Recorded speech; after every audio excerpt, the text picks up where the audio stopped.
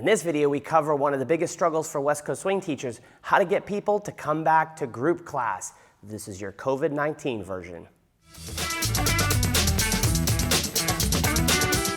What's up, gang? It's Brian B. at West Coast Swing Online on our Frustration Fridays, where we cover a frustrating, tricky, or difficult topic of West Coast Swing and give you some resources. So years ago, over the past couple years, we compiled a list of the top 10 frustrations, and there was a bonus to that list. So if you guys haven't seen this, let me read down the list, and I'm going to link this up in the corner below if you want to read all the frustrations, which was actually the genesis for this Frustration Fridays. We actually polled literally tens of thousands of dancers, so we have data as to what their biggest struggles were, and this one that we're going to cover about group classes was like the bonus number 11 struggle. So first, let's cover the quick list.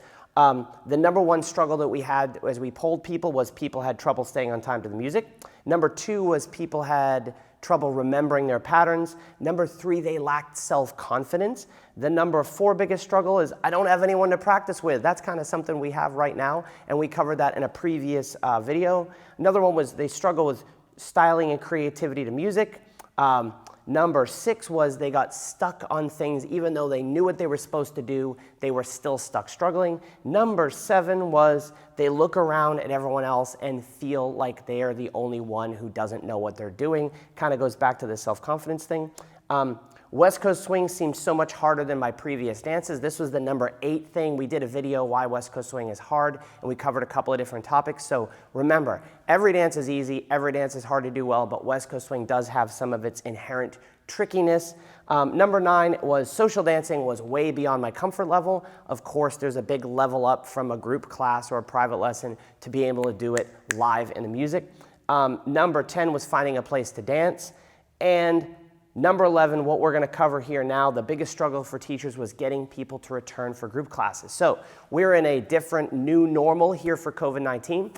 I'm in that boat too here with our studio in Louisville, Kentucky. So we have the same struggles that you teachers do around the world, where when things were great, it was difficult getting people to show back up for group classes. And there is a strategy that we used over the years that worked really well for us, and we are definitely returning to that in a big way now during COVID, where many of the restrictions cause us to have smaller group classes, or just the comfortableness of people, we want to have smaller group classes. So the thing that we found worked really well over the years was getting people to commit to a series of classes. And this is great for a couple of different reasons. Number one, problem solved. You're going to get them to return for 4, 8, 12 weeks, whatever your series of classes is. Number two, you can actually provide the thing that they came in for. If someone wants to come in to learn a dance like West Coast Swing, it's very difficult to do on one drop-in group class, take 3 weeks off, drop in for another class, take 3 months off, drop in for another class, right?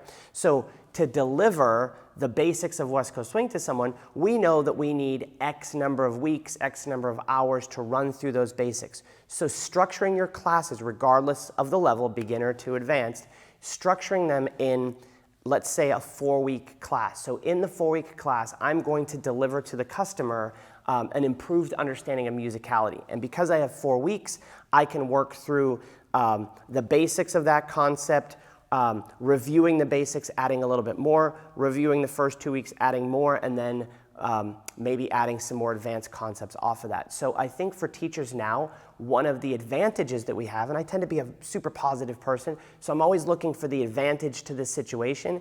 And because we're going to limit our group classes to, I forget if it's 8 or 10 people, but what we can do is it's a limited amount of people, right? So there is a need to sign up for several weeks, and then we have a group of people that will continue to return, and we as teachers can do a couple different things. On COVID, we can limit the amount of people. They can be comfortable with the people in the class. We can group the people in the class together in ways that are comfortable if they're all wearing masks, if they're, wrapped in head-to-toe plastic and hazmat suits, or if they're in an area that they feel comfortable dancing without masks, whatever your thing is, but you can group a small group together, and then you can move progressively through the information through the week. So that covers the struggle of how to get people to come back, and then it's confidence building, because at the end of that 4 weeks, I really have accomplished something.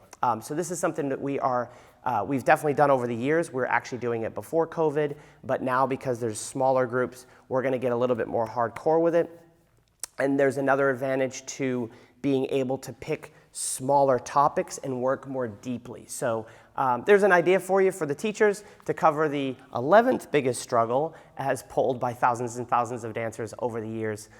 So if you have any questions, tips, strategies, or techniques that you guys are using in your classes, drop them in the comments below. Always subscribe to the channel, and we'll see you guys on a dance floor soon.